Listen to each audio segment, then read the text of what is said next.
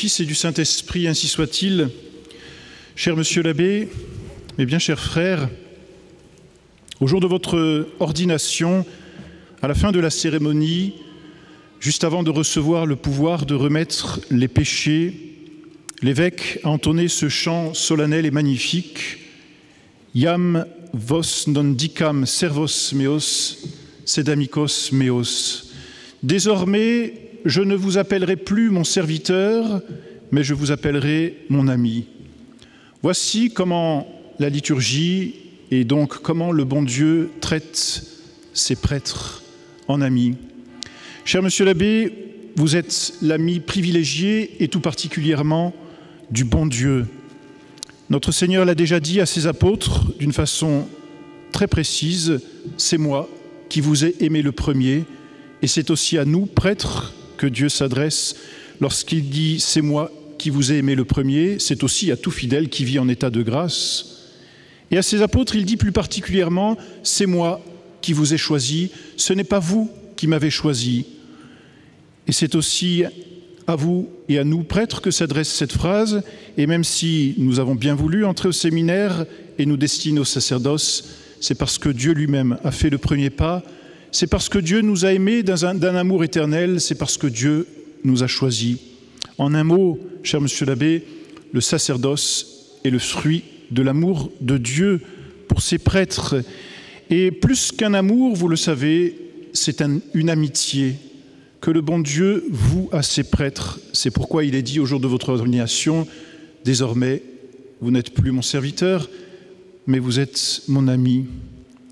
L'amitié de Dieu vis-à-vis de ses prêtres exige, parce que c'est le propre de toute amitié, exige que le prêtre soit aussi l'ami de Dieu, car toute amitié engendre une réciprocité. Saint Thomas l'enseigne admirablement, l'ami est l'ami de son ami, c'est-à-dire que les amis sont des amis les uns pour les autres. L'amitié marche dans les deux sens. Et si Dieu a pour ses prêtres une amitié de toute éternité, le prêtre doit avoir pour le bon Dieu une véritable amitié. Et c'est le travail de toute notre vie sacerdotale, travail déjà commencé au séminaire, être l'ami, c'est-à-dire l'intime de Dieu. S'il fallait résumer en quoi consiste une amitié, ou plutôt de façon plus précise, quelles sont les marques de l'amitié, nous pourrions les réduire à deux. C'est d'abord un convivere, c'est-à-dire un vivre ensemble. Les amis cherchent à vivre ensemble, et c'est aussi une ressemblance, c'est-à-dire avoir les mêmes pensées, les mêmes désirs, les mêmes vouloirs. Deux amis, comme on dit de façon moderne, sont sur la même longueur d'onde. Ils s'aiment, mais ce n'est pas qu'un amour de sentiment, c'est un amour de volonté. Les volontés sont à l'unisson parce que les intelligences elles-mêmes sont à l'unisson. Cher Monsieur l'abbé, votre sacerdoce exige cette amitié pour le bon Dieu. Et cette amitié pour le bon Dieu exige du prêtre un convivere, c'est-à-dire une vie habituelle en présence de Dieu et surtout une ressemblance avec Dieu. Ne dit-on pas que le prêtre est un autre Christ? Eh bien voilà, le prêtre est véritablement un autre Christ dans la mesure où il s'efforce de vivre du Christ, c'est-à-dire de ressembler au Christ, d'être tout au Christ, en sorte que le Christ soit tout à lui. Comme dit saint Paul, pour moi vivre c'est le Christ, de sorte que les pensées du Christ soient les pensées du prêtre, que les désirs du Christ soient les désirs du prêtre, que les vouloirs, les volontés du Christ soient aussi les volontés du prêtre. Le droit canon nous demande de faire notre raison, il nous demande de passer devant le Saint-Sacrement chaque jour, il nous demande de consacrer du temps à l'étude. Cher Monsieur l'abbé, ne prenez pas ces demandes comme des devoirs, bien au contraire, prenez-les comme les exigences d'une amitié, mais aussi comme l'épanouissement de l'amitié que nous devons avoir pour le bon Dieu. Le prêtre ne peut être l'ami de Dieu, c'est-à-dire aimer en toute vérité Dieu et être donc prêtre dans tout son état, que dans la mesure où il vit auprès de Dieu, que dans la mesure où il le visite régulièrement dans le Saint-Sacrement, que dans la mesure aussi où il l'étudie pour le connaître, pour le scruter, pour pénétrer ces mystères. Le prêtre est donc l'ami de Dieu, il vit en présence de Dieu, il vit de Dieu de sorte que les fidèles devraient pouvoir dire de nous, comme le disait ce fidèle du Saint curé d'Ars, « Je n'ai pas vu un homme de Dieu, j'ai vu Dieu dans un homme », tant cette amitié tend à la fusion des cœurs. Mais cette amitié, le prêtre ne la prend pas pour lui. Le prêtre n'est pas prêtre pour lui-même, il est prêtre pour les âmes. C'est pourquoi l'exigence de l'amitié à laquelle le bon Dieu nous a fait la faveur de nous appeler, cette exigence, c'est aussi de la rayonner auprès de nos fidèles. Et vous êtes prêtre pour les âmes, c'est-à-dire vous êtes prêtre pour faire rayonner l'amitié de Dieu auprès des âmes. Si l'on peut résumer à notre époque, disons, ce que doit faire un prêtre pour ses âmes, permettez-moi de vous donner 3 points seulement. Le premier, et me semble-t-il le plus important dans notre monde, apprenez, cher monsieur l'abbé, aux fidèles à aimer Dieu. C'est le plus important. Aimer Dieu. Aimer Dieu en toute vérité, non pas d'un amour sentimental, non pas d'un amour purement sensible, mais d'un amour volontaire. Aimer à montrer que Dieu est délectable parce qu'il est le bien souverain. Aimer à montrer la bonté de Jésus-Christ, puisque c'est la bonté qui nous attire. Souvent, et peut-être les fidèles le diront eux-mêmes, souvent nous faisons des commandements, des obligations de l'Église, un pur devoir. Si la vie chrétienne se résume à un pur devoir, elle devient un véritable fardeau. Et pourtant, notre Seigneur dit « Mon fardeau est léger ». Pourquoi est-il léger? Il est léger dans la mesure où les commandements sont faits avec amour. Pour beaucoup d'entre vous, chers fidèles, la prière est parfois un fardeau. La récitation du chapelet semble longue et pénible. Pourquoi? Parce que souvent, il y manque l'amour. Ce qui est fait avec amour devient plus facile, est fait avec beaucoup plus d'enthousiasme et même est fait beaucoup plus souvent. Et si notre Seigneur nous apporte une nouvelle loi, un nouveau testament, cette loi, c'est la loi de l'amour. Ce testament, c'est le testament de l'amour, c'est-à-dire le Saint-Esprit répandu dans nos âmes, comme dit saint Paul. Et le Saint-Esprit, qu'est-ce que c'est? C'est l'amour de Dieu. La loi du Nouveau Testament, c'est la loi de l'amour. La vie du Nouveau Testament et la vie de nos âmes, c'est la vie d'amour. Voilà la première chose, cher monsieur l'abbé, à enseigner, l'amour de Dieu. Toute amitié est un amour et le rayonnement sacerdotal, c'est le rayonnement de l'amitié du prêtre pour Dieu, c'est-à-dire le rayonnement d'un amour. Le prêtre, par son amour de Dieu, doit attirer à l'amour de Dieu. Et ce n'est qu'à cette condition que vous pourrez et que vous devrez enseigner l'esprit de sacrifice. C'est le deuxième point que nous devons enseigner aux âmes, parce que nous devons vivre du Saint-Esprit, comme le dit encore le pontifical, « imitamini quod tractatis », faites ce que vous agissez dans la messe. Mais le véritable esprit de sacrifice ne peut exister que s'il y a d'abord l'amour. Là encore, bien souvent, le sacrifice nous semble difficile, pénible et même impossible. Pourquoi? Parce qu'il y manque de l'amour, parce qu'il y manque l'amour de Dieu. Sans amour de Dieu, il n'est pas possible de se sacrifier. Pourquoi une mère est-elle capable de se sacrifier autant pour ses enfants? Pourquoi une mère est-elle capable de se lever la nuit, d'avoir des nuits écourtées pour ses enfants? Parce qu'elle les aime.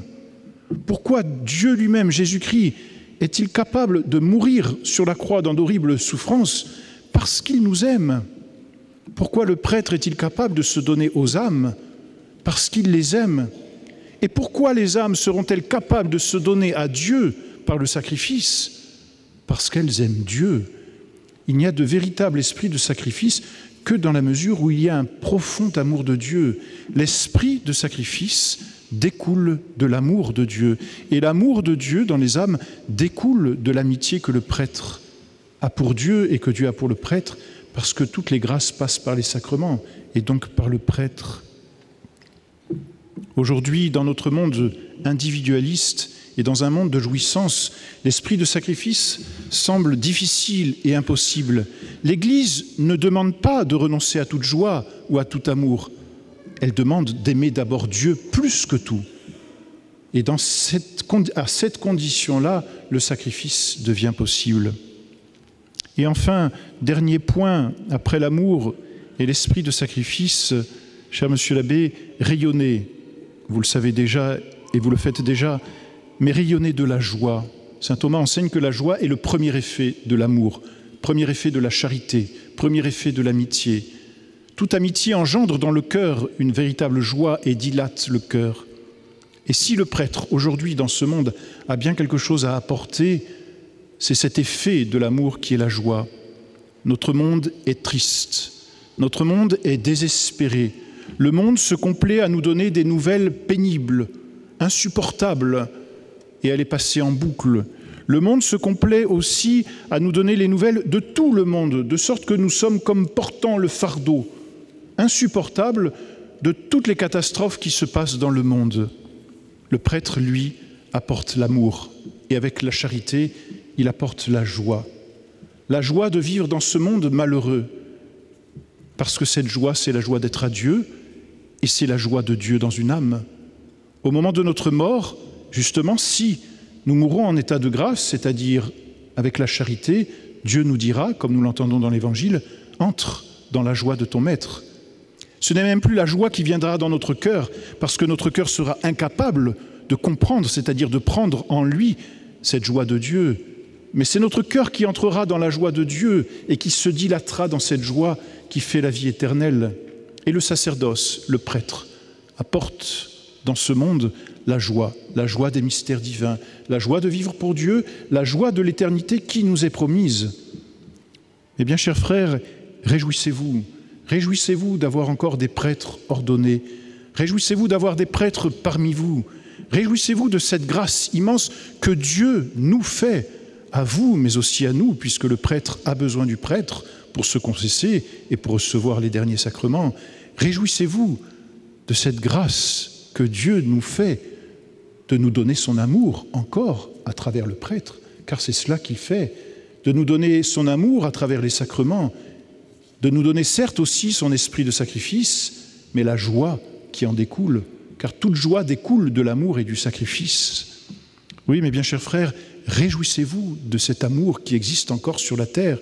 Notre Seigneur s'en plaignait en disant « Lorsque le Fils de l'homme reviendra sur la terre, trouvera-t-il encore la foi ?» Et il disait ailleurs « La charité se refroidira. » Qu'elle ne se refroidisse pas parmi vous, mes bien chers frères.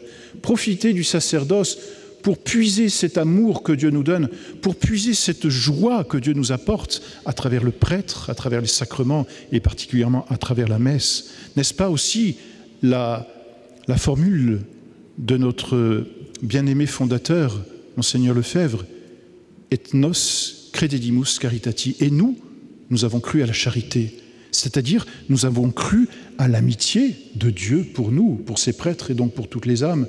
Nous avons cru à l'amitié que Dieu donne à toute âme qui s'approche de lui, c'est-à-dire nous avons cru à la joie de cette amitié et donc à l'éternité de cette amitié, car notre éternité, ce sera une amitié que rien ne pourra rompre. C'est une grâce que vous puissiez célébrer aujourd'hui une première messe à Saint-Nicolas du Chardonnay, car vous le savez, Notre-Dame du Clergé est particulièrement vénérée ici et Saint Pie X lui-même a permis cette confrérie de Notre-Dame du Clergé. C'est une grâce et c'est un bonheur parce que Notre-Dame veille sur ses prêtres comme elle a veillé sur son Fils. Elle veille sur le cœur de ses prêtres, elle forme le cœur de ses prêtres à devenir semblable au cœur de Jésus. Et c'est ainsi qu'elle nous donne d'être les amis les plus intimes, les plus propres à s'approcher de notre Seigneur par cette ressemblance qu'elle crée dans nos âmes. Soyez heureux de pouvoir donc l'invoquer durant cette semaine que vous allez passer parmi nous, Notre-Dame du Clergé. Confiez-lui votre sacerdoce et puis demandez-lui qu'elle répande et qu'elle répande tout au long de votre sacerdoce, c'est-à-dire jusque dans 40, 50 ans, puissiez-vous fêter vos 50 ans de sacerdoce, qu'elle répande toujours cette joie sacerdotale, cette joie propre à l'amitié divine. Dans les litanies, on l'appelle Notre-Dame, cause de notre joie. Elle est davantage pour nous, prêtres, cause de notre joie d'être tout à Dieu, d'être l'ami de Dieu, d'une certaine façon l'égal de Dieu par les pouvoirs qui nous sont donnés. Oui, que Notre-Dame, cause de joie, bénisse et féconde votre apostolat. Ainsi soit-il. Au nom du Père et du Fils et du Saint-Esprit, ainsi soit-il.